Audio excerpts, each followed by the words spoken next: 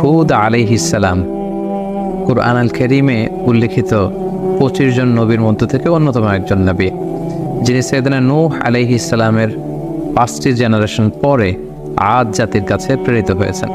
এবং সাইয়েদনা হুদ আলাইহিস সালামের নামে আল্লাহ তাআলা কালামুল্লাহ মাজিদে কুরআন আল কারীমে একটি সূরাও ডেডিকেট করেছেন, সূরাতু হুদ। এটি কুরআন আল কারীমের 11 নম্বর সূরা। আল্লাহ তাআলা ইরশাদ করছেন, ওয়া ইলা আদিন আখাহুম হুদা, আমি আদ জাতির কাছে হুদ আলাইহিস সালামকে প্রেরণ করেছিলাম। এই আদ জাতি আহকাফ এলাকায় বসবাস করত, যেটি সূরাতুল আহকাফে আল্লাহ তাআলা আমাদেরকে জানিয়েছেন। আল্লাহ ইরশাদ করছেন, ওয়াজকুর আখা আদিন ইয আনযারা কওমাহু বিল আহকাফ, হে নবী আপনি কুরাইশদেরকে আদ জাতির কাছে প্রেরিত হুদ আলাইহিস সালামের ঘটনা আপনি তাদেরকে শোনান, যিনি আহকাফবাসীদেরকে সতর্ক করেছিলেন। আহকাফ এলাকায় অবস্থিত আদ জাতির কাছে আল্লাহ তাআলা হেদায়েতের বাণী দিয়ে হুদ আলাইহিস সালামকে প্রেরণ করেছিলেন। এখন আমরা জানার চেষ্টা করব যে এই আহকাফ এলাকাটি কোথায়। এই আহকাফ এলাকাটি বেসিকলি আরাবিয়ান পেনিনসুলার একেবারে সাউদার্ন মোস্ট এলাকাতে পার্টে অবস্থিত, অর্থাৎ একেবারে দক্ষিণাঞ্চলে। আধুনিক যেই ম্যাপ, এই ম্যাপের হিসেবে যদি আমরা বলি তাহলে ইয়ামানের হাদারামাউত শহর এবং ওমানের মাঝামাঝি একটা এলাকাকে আহকাফ এলাকা বলা হয়, এবং যেটিকে কালামুল্লাহ মাজিদে ইরামও বলা হয়েছে। আধুনিক যারা প্রত্নতত্ত্ববিদ, মডার্ন যারা আর্কিওলজিস্ট, তাদের মতে নিউলি ডিসকভার্ড ওভার সিটি বলে একটি সিটি আছে। এই সিটিটাই হচ্ছে বেসিকলি আদ জাতির ক্যাপিটাল ছিল, যেটাকে কোরআনে ইরাম বলা হয়েছে। ইরাম যাতিল ইমাদ, তারা অনেক উঁচু উঁচু প্রাসাদ বানাতো, লাফটি টাওয়ার্স তারা বানাতো তাদের এলাকাতে। সাইয়েদনা হুদ আলাইহিস সালাম তিনি ছিলেন 5 জন আরাবিয়ান প্রফেটের একজন, অর্থাৎ আরবি ভাষাভাষী 25 জন নবীর মধ্য থেকে 5 জন নবী ছিল যারা আরাবিয়ান প্রফেট ছিলেন, আরবি ভাষায় কথা বলতেন। হুদ আলাইহিস সালাম তার মধ্যে অন্যতম। সেই 5 জন নবী হচ্ছেন হুদ আলাইহিস সালাম, সালেহ আলাইহিস সালাম, ইসমাঈল আলাইহিস সালাম, শুআয়ব আলাইহিস সালাম এবং মুহাম্মদ রাসূলুল্লাহ সাল্লাল্লাহু আলাইহি ওয়াসাল্লাম। এই 5 জনই আরবি ভাষায় কথা বলতেন। এবার আমরা জানবার চেষ্টা করব যে আদ জাতির কিছু ফিচার্স, তাদের ক্যারেক্টারিস্টিক্স কেমন ছিল, তাদের স্বভাব, তাদের অভ্যেস, তাদের গুণাবলী কেমন ছিল। আমরা কালামুল্লাহ মাজিদ থেকে জানতে পারি যে তারা ছিল শাদীদুল বাতশ, খুব শক্তিশালী, খুব মাইটি একটা নেশন ছিল আদ জাতি। এবং তারা ছিল মুত্রিফুন ওয়া আগনিয়া, অত্যন্ত ধনী, বিলাসী জীবনযাপনের অধিকারী তারা ছিল। তাদের আন্ডারে অনেক বাগান ছিল, তাদের এলাকায় অনেক ঝর্ণা ছিল, পশু সম্পদ দিয়ে আল্লাহ তাআলা, কৃষিজ সম্পদ দিয়ে আল্লাহ তাআলা তাদেরকে সমৃদ্ধ করেছিলেন। এবং তাদের বিল্ডিংগুলো ছিল অনেক উঁচু উঁচু, বিনাউহুম শামিখুন ওয়া আলিন, অনেক উঁচু টাওয়ার তারা বানাতে পারত, এবং তারা মূর্তি পূজা করত। এই হচ্ছে ইন জেনারেল আদ জাতির কিছু বৈশিষ্ট্যের কথা আমরা কোরআন সুন্নাহ থেকে পাই। আমরা যদি সরাসরি কালামুল্লাহ মাজিদের দিকে তাকাই তাহলে দেখব যে কালামুল্লাহ মাজিদ আমাদেরকে বলেছে তারা উঁচু স্থাপনা নির্মাণে খুব পারদর্শী ছিল।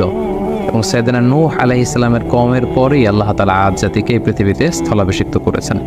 আল্লাহ তাআলা ইরশাদ করেছেন, ইয জাআলাকুম খুলাফা মিন বা'দি কওমি নূহ ওয়া যাদাকুম ফিল খালকি বাসতা, তোমাদেরকে আল্লাহ তাআলা নূহ আলাইহিস সালামের কওমের পরে পৃথিবীতে স্থলাভিষিক্ত করেছেন, এবং ওয়া যাদাকুম ফিল খালকি বাসতা, তোমাদেরকে আল্লাহ ফিজিক্যালি ওয়েল বিল্ড করেছেন, অর্থাৎ খুব সুঠাম দেহের অধিকারী ছিল আদ জাতির লোকজন। আদ নেশনের লোকজন অত্যন্ত শক্তিশালী সুঠাম দেহের অধিকারী ছিল। এবং সূরা শুআরাতে আল্লাহ তাআলা আদ জাতির ব্যাপারে বলছেন, যাতাবনুনা বিকুল্লি রিইন আয়াতান তা'বাসুন, তোমরা কেন প্রতিটি রোড ক্রসিংয়ে বা প্রতিটি উঁচু জায়গায় কেন তোমরা বড় বড় লফটি টাওয়ার্স, অনেক উঁচু উঁচু টাওয়ার তোমরা কেন বানাচ্ছ?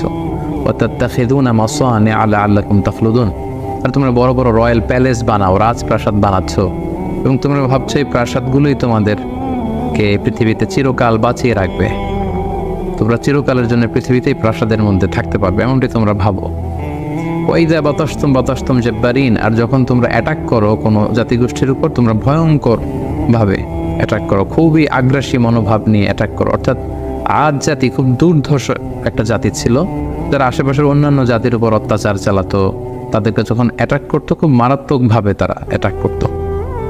এবং সূরাতুল ফাজর আল্লাহ তাআলা ইরশাদ করেছেন, ইরাম যাতিল ইমাদ আল্লাতী লাম ইউখলাক মিসলুহা ফিল বিলাদ, তাদের আবাসস্থল ছিল ইরাম এলাকায়, যেটাকে আমরা বলেছি বিশাল আহকাফ রিজিয়নের মধ্যে আদ জাতির ক্যাপিটাল ছিল এই ইরাম, যেটাকে আধুনিক সময়ে মডার্ন আর্কিওলজিস্টরা এটাকে উবার্ট সিটি বলে, যেটাকে বলছে উবার্ট সিটি, এটাই ছিল বেসিকলি আদ জাতির ক্যাপিটাল বা রাজধানী।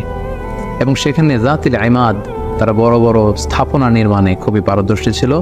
আল্লাতি লাম ইউখলাকু মিসলুহা ফিল বিলাদ, এরকম বড় বড় কনস্ট্রাকশন, এরকম বড় বড় স্থাপনা পৃথিবীতে অন্য কোনো জাতিগোষ্ঠীর মধ্যে তৎকালীন সময়ে দেখা যেত না, যেটা তারা তাদের এলাকাতে এই স্থাপনাগুলো করেছিল।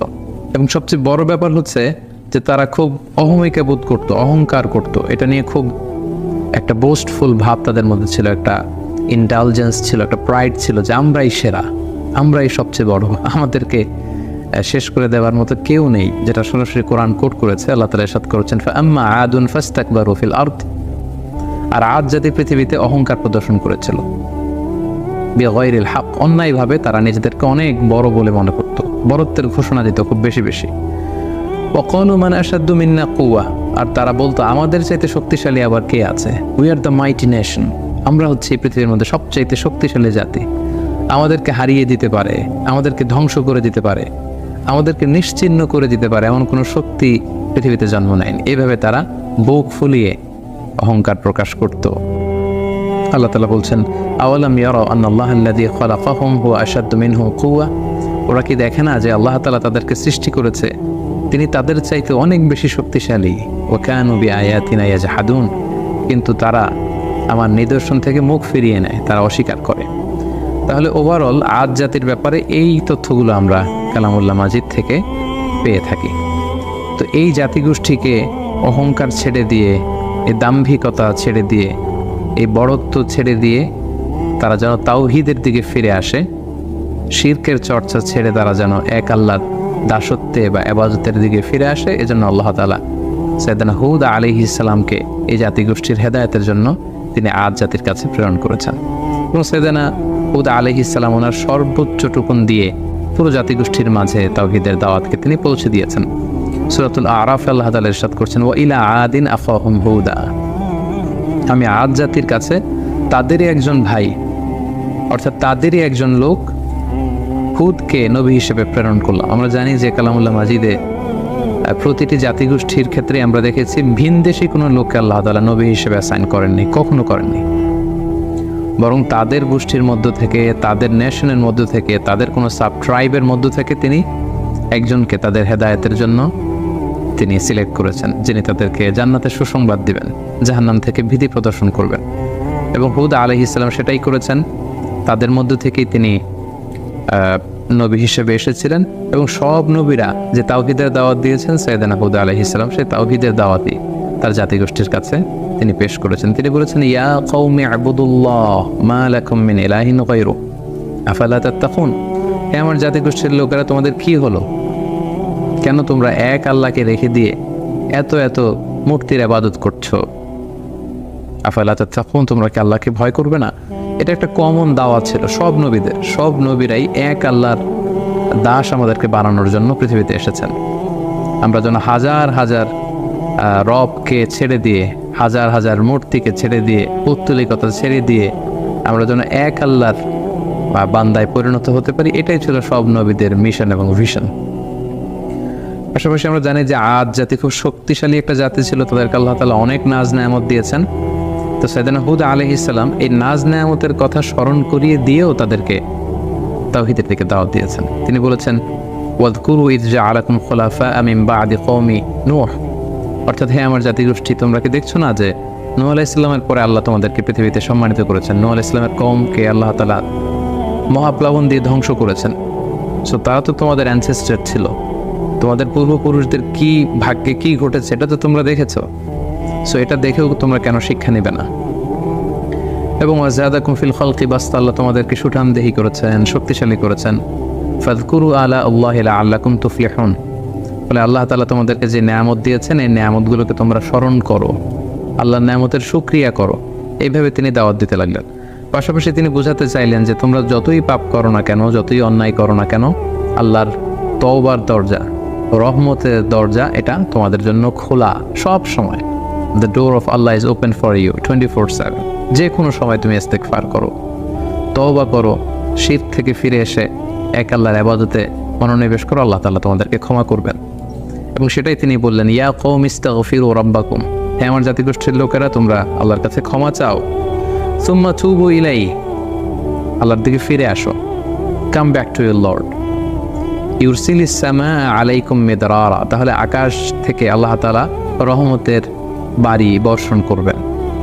ওয়াজিদুকুম কুওয়াতান ইলা কুওয়াতিকুম, এখন যে শক্তিমত্তা আছে এটাকে আল্লাহ আরো বাড়িয়ে দিবেন, আরো শক্তিশালী জাতিতে তোমরা রূপান্তরিত হবে। ওয়ালা তাতাওয়াল্লাউ মুজরিমিন, আর তোমরা অবাধ্যতা করে পাপাচারিতায় মগ্ন হয়ে মুখ ফিরিয়ে নিও না। সাইয়েদনা হুদ আলাইহিস সালাম এভাবে তিনি জাতিগোষ্ঠীর হেদায়েতের জন্য দাওয়াত দিতে লাগলেন, তাওহীদের বাণী তিনি শোনাতে লাগলেন। কিন্তু আমরা জানি যে বেশিরভাগ নবী তাদের এলাকাতে খুব বেশি ওয়েলকাম তাদেরকে জানানো হয়নি, বরং তাদের দাওয়াতকে প্রত্যাখ্যান করা হয়েছে। এবং আদ জাতির ক্ষেত্রেও ঠিক এটাই ঘটেছে। তাদের রেসপন্স কেমন ছিল এই দাওয়ার পরে আমরা সেটা যদি দেখি, তাহলে কালামুল্লাহ মাজিদ আমাদেরকে বলছে তাদের রেসপন্স ছিল এরকম, ক্বালু ইয়া হুদু মা জি'তানা বিবাইয়িনা, হে হুদ, তুমি যে নবী, কি প্রমাণ আছে? আমাদের তো বিশ্বাস হয় না। ওমা নাহনু বিতারিকি আলিহাতিনা আন কওলিক, তোমার এই কথায় তো আমরা আমাদের বাপ দাদা রেখে যাওয়া মূর্তিগুলোকে ছেড়ে দিতে পারি না। তুমি কি বলতে চাচ্ছ যে আমাদের পূর্বপুরুষরা ভুল করে গিয়েছে? আমরা তো এগুলো ছেড়ে আসতে পারি না। ওমা নাহনু লাকা বিমুমিনিন, তোমার কথায় আমরা বিশ্বাস করি না। তারা আরো বলতো, ক্বালু আজি'তানা লিতাফিকানা আন আলিহাতিনা, হে হুদ, তুমি কি আমাদের ইলাহ বা উপাস্যদের থেকে আমাদের মুখকে ফিরিয়ে নিতে চাচ্ছ, সরিয়ে দিতে চাচ্ছ? আর তুমি বলছো যে আমরা যদি মূর্তির পূজা ছেড়ে না দিই তাহলে আযাব আসবে। ফাআতিনা বিমা তা'ইদুনা ইন কুনতা মিনাস সাদিকিন, তাহলে আযাব নিয়ে আসো, দেখাও, দেখি তোমার সাধ্যে কতটুকু কুলায়, তুমি কত বড় শক্তিশালী হয়েছো, তোমার আল্লাহর ক্ষমতা কতটুকু আমাদেরকে পারলে দেখাও। তুমি যে আযাবের কথা বলছো সে আযাব আমাদেরকে চাক্ষুষ দেখাও, যদি তুমি সত্যবাদী হয়ে থাকো।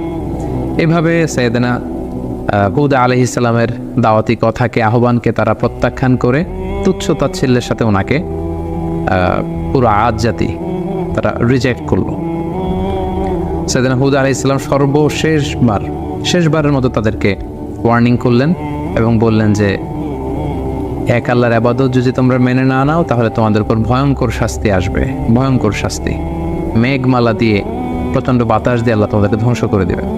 তারা বললেন যে ফাতিনা বিমা তা'ইদুনা ইন কুনতা মিনাস সাদিকিন, তাহলে দেখাও, সে শাস্তি যদি আসার হয়ে থাকে তাহলে নিয়ে আসো, দেখি কতটুকু শাস্তি আসতে পারে। অতঃপর আল্লাহ তাআলা সাইয়েদনা হুদ আলাইহিস সালামকে বললেন, এই জাতিগোষ্ঠীর উপর অচিরেই আমি শাস্তি পাঠাবো। আল্লাহ তাআলা ইরশাদ করছেন, ফালাম্মা রাআউহু আরিদান মুস্তাকবিলা আওজিয়াতিহিম ক্বালু হাদা আরিদুম মুমতিরুনা, হঠাৎ দেখা গেল পুরো আদ জাতির ওই এরিয়াতে, দ্য এন্টায়ার ভ্যাসিনিটিতে চারদিকে শুধু মেঘ আর মেঘ, মেঘমালা, একেবারে ক্লাউডি একটা সিচুয়েশন।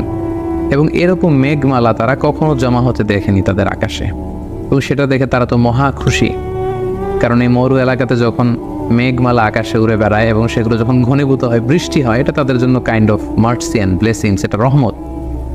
কারণ এতে করে তাদের জমিন উর্বর হবে, এতে করে তাদের পশুগুলোর উট, তারপর মেষ, ভেড়া, এগুলোর খাবারের যোগান হবে, গাছপালাগুলো সবুজ তৃণলতায় ভরপুর হয়ে যাবে পুরো এলাকা। তারা এই মেঘমালা দেখে মহা খুশি। তারা এই মেঘমালা দেখে সবাই আনন্দ উৎসবের জন্য ঘর থেকে বের হয়ে আসলো এবং তারা বললো, হাদা আরিদুম মুমতিরুনা, এটা তো চমৎকার মেঘমালা, এই মেঘ থেকে বৃষ্টি হবে আর রহমের বৃষ্টিতে ভিজবে জমিন, আমাদের পুরো জমিন উর্বর হয়ে উঠবে। আল্লাহ তাআলা বললেন, বাল হুয়া মাস্তাআজালতুম বিহি, এটা রহমতের বৃষ্টি নয়, তোমরা যে আযাব চেয়েছিলে যে হে হুদ তুমি পারলে নিয়ে আসো, দেখাও, এটা সে আযাবের একটা নিশানা। আমি প্রচণ্ড বাতাস দিয়ে তোমাদের ধ্বংস করব। রিহুন ফিহা আযাবুন আলিম, অচিরেই এমন বাতাস বইবে যাতে তোমাদের ধ্বংস রয়েছে। ঠিকই সাইয়েদনা হুদ আলাইহিস সালামের যে ওয়ার্নিং পুরো জাতিগোষ্ঠীর জন্য তিনি দিয়েছিলেন যে আল্লাহর ইবাদত যদি তোমরা না করো, মূর্তি পূজা যদি তোমরা না ছাড়ো, এই শিরকের অন্ধকার রাস্তা ছেড়ে তোমরা যদি আলোর পথে না আসো, প্রচণ্ড আযাব তোমাদেরকে পাকড়াও করবে। সে আযাব আল্লাহ তাআলা পাঠালেন।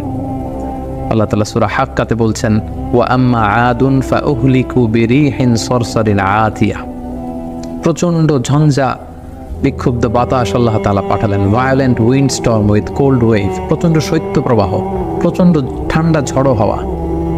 তারা যখন বাইরে বের হয়ে আসলো, প্রচণ্ড গরমের মধ্যে থেকে হঠাৎ করে ওয়েদারটা টার্ন করে ঠান্ডা হতে লাগলো। ঠান্ডা হতে হতে প্রচণ্ড ঠান্ডায় পুরো এলাকার মধ্যে প্রচণ্ড শৈত্যপ্রবাহ শুরু হয়ে গেল এবং প্রচণ্ড ঠান্ডা ঝঞ্ঝাবায়ুতে, এই ঠান্ডা ঝড়ো হাওয়াতে এলাকার লোকজন আর বাইরে অবস্থান করতে পারলো না, সকলে ঘরের ভেতরে চলে গেল। আল্লাহ তাআলা বলছেন, সাখখারাহা আলাইহিম সাবআ লায়ালিন ওয়া সামানিয়াতা আইয়াম, টানা 7 রাত 8 দিন এই প্রচণ্ড শৈত্যপ্রবাহে পুরো এলাকাটাকে আল্লাহ নাস্তানাবুদ করে দিলেন। প্রত্যেকটা মানুষ প্রচণ্ড ঠান্ডায় তারা যে যেখানে ছিল প্রত্যেকের ঘরে সেখানে মৃত্যুবরণ করলো। হুসুমান ফাতারাল কওমা ফিহা সারআ। আল্লাহ তাআলা বললেন, নবী হে, আপনি যদি তখন থাকতেন, আদ জাতির উপর এমন ভায়োলেন্ট উইন্ড স্টর্ম আমি পাঠিয়েছি শৈত্যপ্রবাহের সাথে, পুরো নেশন ওয়াইড ডিস্ট্রাকশন ছিল সেটা। আপনি থাকলে দেখতে পেতেন যে ফাতারাল কওমা, পুরো জাতিটা একসাথে ফিহা সারআ, ভূলুণ্ঠিত হয়ে জমিনে উপর হয়ে পড়েছিল, চিৎপটাং হয়ে পড়েছিল। তাদেরকে দেখলে আপনার মনে হতো কান্নাহুম আজাজু নাখলিন খাওয়াবিয়া, এগুলো যেন কেমন যেন ভেঙে যাওয়া খেজুর গাছ। অনেক খেজুর গাছ আছে অনেক দিন পুরনো হয়ে যাওয়াতে এটা ভেঙে মাটিতে লুটিয়ে থাকে, ভুলুণ্ঠিত হয়ে থাকে।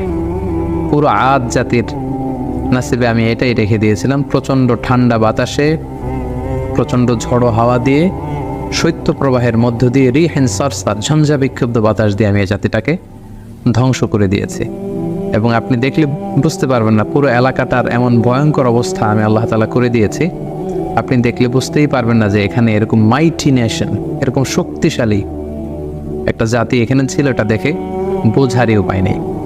সম্মানিত শুধু ঠিক এভাবেই এই পৃথিবী থেকে এরকম একটি মাইটি নেশনের বিদায় ঘটেছে আল্লাহ তাআলার অবাধ্যতার কারণে, অহংকার প্রদর্শনের কারণে। সাইয়েদনা হুদ আলাইহিস সালামের আনিত এই দাওয়াতকে প্রত্যাখ্যান করবার কারণে পুরো জাতিগোষ্ঠীকে আল্লাহ তাআলা ধ্বংস করে দিয়েছে। এই হুদ আলাইহিস সালামের পুরো জীবনী থেকে আমরা কি শিখতে পারি? আমরা যদি কিছু লাইফ লেসন এখান থেকে নিতে চাই, তাহলে আমরা প্রথমেই বলবো, 1 নম্বর যেটা আমরা শিখতে পারি যে আল্লাহ তাআলা যদি আমাদেরকে কোনো নেয়ামত দিয়ে থাকেন, আমাদের কৃতজ্ঞ হওয়া উচিত, গ্রেটফুল হওয়া উচিত, শুকরিয়া জ্ঞাপন করা উচিত, শুকরগুজার হওয়া উচিত। তাদেরকে আল্লাহ তাআলা বাস্তাতান ফিল খালক, সুঠামদেহী বানিয়েছেন, শক্তিশালী বানিয়েছেন, বড় বড় টাওয়ার বানানোর সুযোগ করে দিয়েছেন, প্রতিপত্তি দিয়েছেন, শান শওকত দিয়েছেন। কিন্তু তার বিপরীতে এগুলোর শুকরগুজার তারা হয়নি। আল্লাহ তাআলা শুকরিয়া না করে তারা সেখানে অহংকার প্রদর্শন করছিল, নিজেদের বরত্বের ঘোষণা দিচ্ছিল। সো এই শিক্ষাটি আমরা নিতে পারি, আল্লাহর কোনো নেয়ামত পেলে যেন আমরা নেয়ামতের শুকরিয়া করি। আল্লাহ তাআলা বলছেন, লা ইন শাকারতুম লা আযীদান্নাকুম ওয়া লা ইন কাফারতুম ইন্না আযাবি লাশাদীদ। যদি তোমরা আমার নেয়ামতের শুকরিয়া করো, আমি আল্লাহ তাআলা এই নেয়ামতকে আরো বহুগুণ বাড়িয়ে দেব। আর যদি না শুকরিয়া করো, তাহলে জেনে রাখো আমার শাস্তি বড় ভয়ঙ্কর। 2 নম্বর যে শিক্ষাটি আমরা পাই সেটা হচ্ছে আমাদের হিস্ট্রি থেকে শিক্ষা নেওয়া উচিত, অর্থাৎ ইতিহাস থেকে আমাদেরকে শিক্ষা নিতে হবে। একটা কথা বলা হয় এরকম যে ইতিহাসের সবচেয়ে বড় শিক্ষা হচ্ছে যে মানুষ ইতিহাস থেকে শিক্ষা নিতে চায় না। কারণ আমরা কালামুল্লাহ মাজিদের আয়াত থেকে আমরা জানতে পেরেছি ইমিডিয়েটলি আফটার কওমে নূহ তারা পৃথিবীতে এসেছিল। আদ জাতিকে আল্লাহ তাআলা নূহ আলাইহিস সালামের কওমের পরেই মহাপ্লাবন দিয়ে যখন পুরো নূহ আলাইহিস সালামের মুশরিক কওমকে আল্লাহ ধ্বংস করেছেন, তারপরে আদ জাতি এসেছিল। সো তাদের হাতের নাগানেই ছিল সেই ঘটনা, কিভাবে বন্যা হয়ে পুরো পৃথিবীবাসী শেষ হয়ে গিয়েছিল আল্লাহ তাআলার অবাধ্যতার কারণে। সো এটা ভুলে যাওয়াটা তাদের জন্য বুদ্ধিমত্তার পরিচয় ছিল না, বরং সেখান থেকে তাদের শিক্ষা নেওয়া দরকার ছিল। সো এটাও আমরা এখান থেকে শিখলাম যে ইতিহাস যেন আমরা ভুলে না যাই, আমরা যেন ইতিহাস থেকে শিক্ষা নিতে পারি। 3 নম্বর যে শিক্ষাটি আমরা এখান থেকে পেতে পারি সেটা হচ্ছে অহংকার এবং ঔদ্ধত্যের শেষ পরিণতি হচ্ছে ধ্বংস। আল্লাহ তাআলা তাদেরকে অনেক শক্তি দিয়েছেন, তারা অনেক শক্তিশালী একটি জাতি ছিল, মাইটি নেশন ছিল, কিন্তু তাদের অহংকার এবং ঔদ্ধত্যের কারণে কিন্তু আল্লাহ তাআলা ধ্বংস করে দিয়েছেন। কারণ অহংকারকারীদেরকে আল্লাহ তাআলা কখনোই পছন্দ করেন না। হাদিসে কুদসিতে সুনান ইবনে মাজায় একটি হাদিস এসেছে, হাদিসে কুদসি, সেখানে আল্লাহ তাআলা ইরশাদ করছেন, আল কিবরিয়া উ রিদাই, অহংকার হচ্ছে আমার চাদর, ওয়াল আযামাতু ইজহারি, আর বড়ত্ব হচ্ছে আমি আল্লাহর লুঙ্গি। ফামান নাযাআনি ওয়াহিদাম মিনহুমা আলকাইতুহু ফিন নার ওয়ালা উবালি, যে আমার এই চাদর ধরে টান দেয়, অর্থাৎ যে অহংকার করতে চায়, যে নিজেকে নিজের বরত্বের ঘোষণা দিতে চায়, সে কেমন যেন আমার চাদর, আমার লুঙ্গি ধরে সে টান দিচ্ছে। সো যে আমার অহংকারের এই চাদর ধরে টান দেয়, তাকে আমি জাহান্নামে নিক্ষেপ করবো। ওয়ালা উবালি, আই ডোন্ট কেয়ার। আল্লাহ বলেন তাদের দিকে আমি ভ্রুক্ষেপ করবো না। বিশ্বনবীর জন্য মানুষের কত ভালোবাসা, বিশ্বনবীর জন্য মানুষের কত মায়া, আর তার বিপরীতে আবু জাহিলার প্রতি ঘৃণা গোটা বিশ্বের মানুষের আসলে নেই। কারণ আবু জাহিল বলো জঙ্গি, বিশ্বনবী বলো মুজাহিদ, ঠিক না? ফেরাউন হচ্ছে জঙ্গি আর মুজাহিদ হচ্ছে সাইয়েদনা মুসা আলাইহিস সালাম। সাইয়েদনা ইব্রাহিম আলাইহিস সালাম হচ্ছে মুজাহিদ। তাহলে জঙ্গিটাকে নাম বলেন আরো জোরে মনে। এখনো যারা ইসলামের পক্ষে কথা বলে তারা মুজাহিদ। আজকের এই ইদ্রিসিয়া বাগানে যারা এসেছে প্রত্যেকটা দিনের এক একটা মুজাহিদ ছিল, ঠিক না? আর যারা ইসলামের বিপক্ষে কথা বলে, ইসলামের বাস দিতে চায়, এক একটা জঙ্গি ছিল, ঠিক না? আমরা মুজাহিদ হতে চাই, আমরা ডানপন্থী হতে চাই, আমরা নবীদেরকে মডেল হিসাবে মানতে চাই, ঠিক না? এই জন্য আল্লাহ বললেন ওয়াহাদাল বালাদিল আমিন, এই নিরাপদ শহরের কসম, নিরাপদ শহরের নাম হলো মক্কা। এই মক্কার পূর্ব নাম ছিল বাক্কা। মক্কার আগের নাম কি জানেন? বাক্কা। ইন্না আউয়ালা বাইতি উদিআ লিন-নাস লাল্লাযী বিবাক্কাতা মুবারাকা, নিশ্চয় পৃথিবীর প্রথম ঘর এটা আমি মক্কাতুল মুকাররমায় সেট আপ করেছি। আর মক্কার আগের নাম ছিল বাক্কা। মক্কার আগের নাম কি? এখন মক্কায় অনেক হোটেল আছে, হোটেলের নাম ফুন্দুক বাক্কা, মানে বাক্কা হোটেল। সুবহানাল্লাহ বলে এই বাক্কা শহরকে আল্লাহ কোরআনে বলেছেন মৌমুল সব শহরের নাম। ওমান দাখালাহু কানা আমিনা, যারা এই শহরে প্রবেশ করবে তাকে নিরাপত্তা দেবে। মক্কা শহর কি যে চমৎকার শহর, a city that never sleeps anymore. যে শহরটা কখনো ঘুমায় না। রাত 3টার দিকে যেই দৃশ্য, রাত 5টায় যেই দৃশ্য, দুপুর 12টায় যেই দৃশ্য, রাত 11টা ঠিক একই দৃশ্য ঠিকঠাক করে বলে, ঠিক না? এজন্য বিশ্বনবী বলতেন মক্কা তো আহাব্বুল বিলাদ ইলাইয়া, মক্কা হলো আমার কাছে সবচাইতে প্রিয় জায়গা। লাউলা খরিজিতু লামা খারাজতু, মক্কা থেকে জোর করে যদি আমাকে কুরাইশরা বের করে না দিত আমি কোনোদিন মক্কা ছাড়তাম না। সুবহানাল্লাহ। আল্লাহ বললেন এটা বলছে মাসাবাতান লিন-নাসি ওয়া আমনা, সব মানুষের বিলত কেন? কাবায় যখন আজান হয় তখন মৌমাছির বাসার দিকে মৌ পোকাগুলো যেমনি বন বন বন বন করে ছুটে, সবগুলো মুসল্লি কাবা ঘরের দিকে ছুটতে থাকে, চিৎকার করে পড়েন সুবহানাল্লাহ।